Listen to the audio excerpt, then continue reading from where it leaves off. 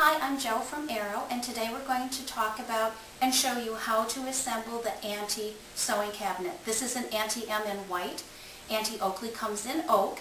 The cabinet comes in 2 boxes. This particular cabinet has your leaf on the right and left hand sides with an individual leaf support. It comes with the universal insert and does have an air lift.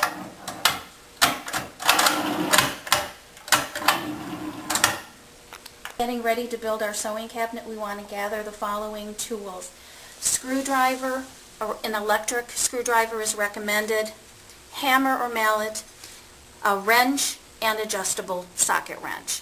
To begin the assembly of our Auntie M and Auntie Oakley sewing cabinet, we are first going to locate our hardware bag, and we are going to work with the connecting bolt and cams first. There are 21 of each. Your left side panel G will have 4. The top of the cabinet has 5 connecting bolts. The side panel H will have 4 of the connecting bolts. Panel F has 4 on one side and 4 on the reverse side. Install all of these with your electric screwdriver or regular screwdriver. Then proceed to install the cams themselves. Part Q has 2, O has 4, P has 2, 4 on M, 4 on N. The side panel G has 2 at the top, and H also has 2 on the top. Very lastly, we have 1 cam on panel F. Tools in hand, we're going to show you how to put the connecting bolt into the pre-drilled hole of the cabinet with your screwdriver. The cam, notice that there is an arrow that is inserted into the hole so that the arrow is pointing towards the unfinished edge of the board. We have 4 drawer runners to install on panel H. Finding the pre-drilled hole, screw down so the head of the screw is just even with the top of the drawer runners. Screwing down too far will expand the plastic and cause trouble later. On your partition F, we also will install the 4 drawer runners. In the hardware bag, you will find a set of drawer stops. You will have a metal peg to put into the hole, and the drawer stop will be screwed down into the pre-drilled hole. Do it loosely so that it can swing around. In our hardware bag, we will find our 4 wooden dowels. They are going to be installed into parts P and Q. Make sure that you don't confuse the cam hole with the dowel hole, and with your mallet, tap it in as far as it will go. The front of the cabinet, gather part K and Q. Q has its dowels installed. Find the bag containing the 3 black screws and 4 pan heads. Attach part Q to K by screwing with the long black screws all the way into the piece. We will flip it over and take our handle with the 2 handle bolts and attach it through both pieces onto the front. Take your back and back brace, parts O and P, and install them onto the side panel G. When you slip the piece down, make sure that you tighten the cam all the way. With P, we have a dowel and a cam. Make sure when you are putting P on The taped edge is facing the top of the cabinet, which is where your cams are.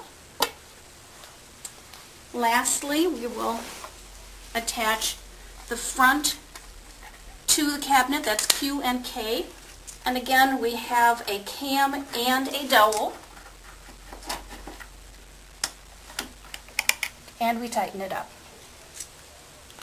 We're now working on steps 5 and 6, which involves taking the partition F and installing it onto the pieces that you just attached to the panel. Put it down, securely tighten all of your cams as you're building.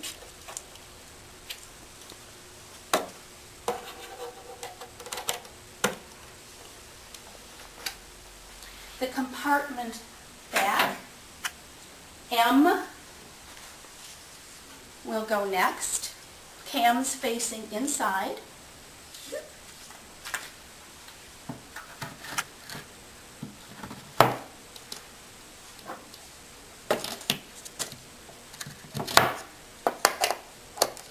Again, tighten securely.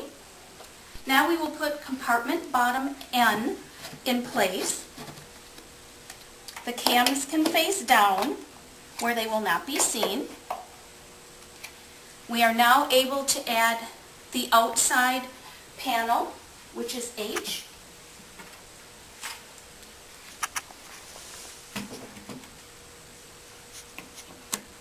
To this, lining all of our cams and connecting bolts together and going through and tightening all of them.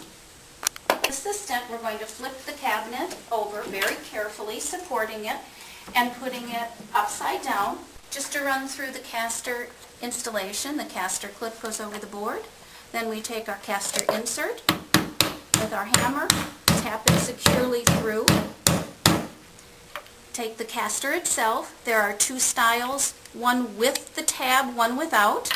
The locking tabbed casters go in the front with a small piece of wood or even your cutting board. Tap the caster down in place and repeat for all of them. Now that the casters are in place, we'll turn the cabinet over so that it's ready to have the final installation of the pieces. Now we're going to install the hinges from the package with the leaf support hinges and screws onto leaf support hinges I and J. We will also install the round magnet into the corner and add the self-stick rubber tab. Just a couple notes when you're working on your leaf support hinges. The raised portion of the hinge and the recess will be facing you when you are attaching them. And when you are putting on your self-stick rubber tab, it will go on the opposite corner from the round magnet. You will have a white tab with the white cabinets and the black one with your oak cabinet. We're going to take the leaf support pieces that we added the hinges to earlier, and we're going to attach them to the sides of the cabinet using the remaining 8 screws. I am facing the back of the cabinet here, and my leaf support folds to the back. My magnet is going to attach to the round strike plate with the small screw that was found in the bag with those pieces. You will probably need to use a very small Phillips bit to tighten that one in. Step 10, we're going to install the airlift into the cabinet using the 4 carriage bolts, washers, and wing nuts. For this step, it is advisable to have an assistant to help you place the lift into the back of the cabinet. My lovely assistant is going to place the airlift on the inside of the cabinet.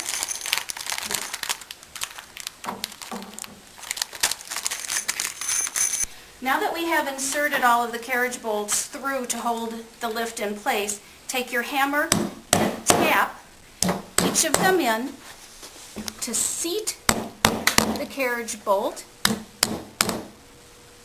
Then move around to the inside of the cabinet. Put a washer on each of the carriage bolts and tighten your wing nut as tightly as you can possibly get it. You may want to use a pliers or a wrench for this step for extra security.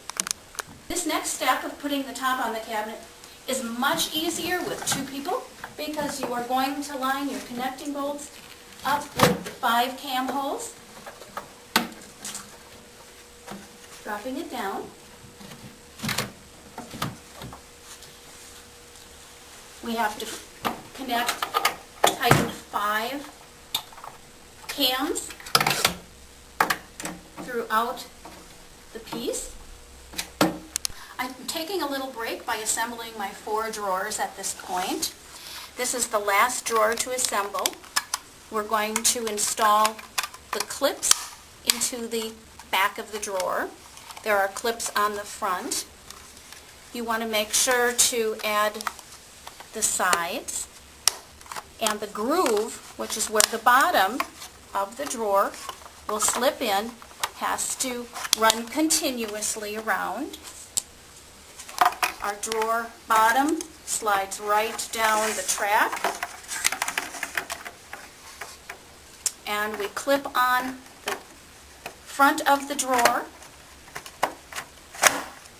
and lastly put the drawer knob on with its bolt. Set these aside until we finish the installation of the airlift and leveling. We've turned our cabinet upside down. Two of us carefully laid the cabinet on its back. We opened and supported the wings and flipped it upside down. Now I'm going to take my platform U, making sure that the 4 pre-drilled holes are facing up. The curved part is in the back, and I'm going to set that in the opening of the cabinet carefully.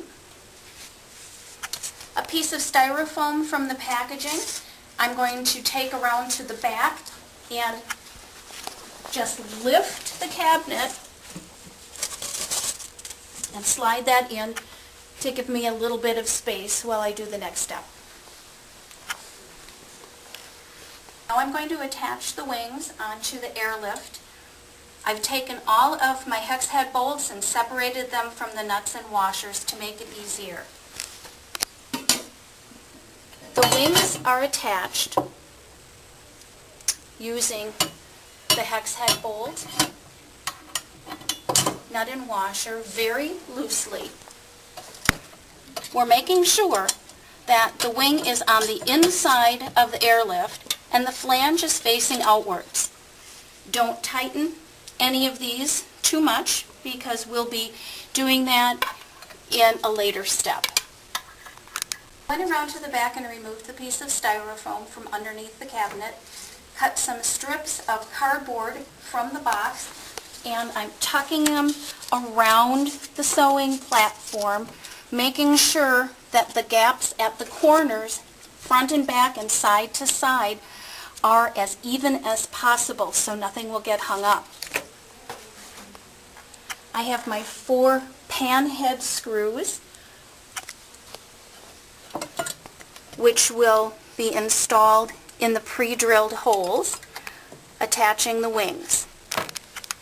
Now my lovely assistant is standing on the shimmed out platform, and I'm going to tighten the bolts.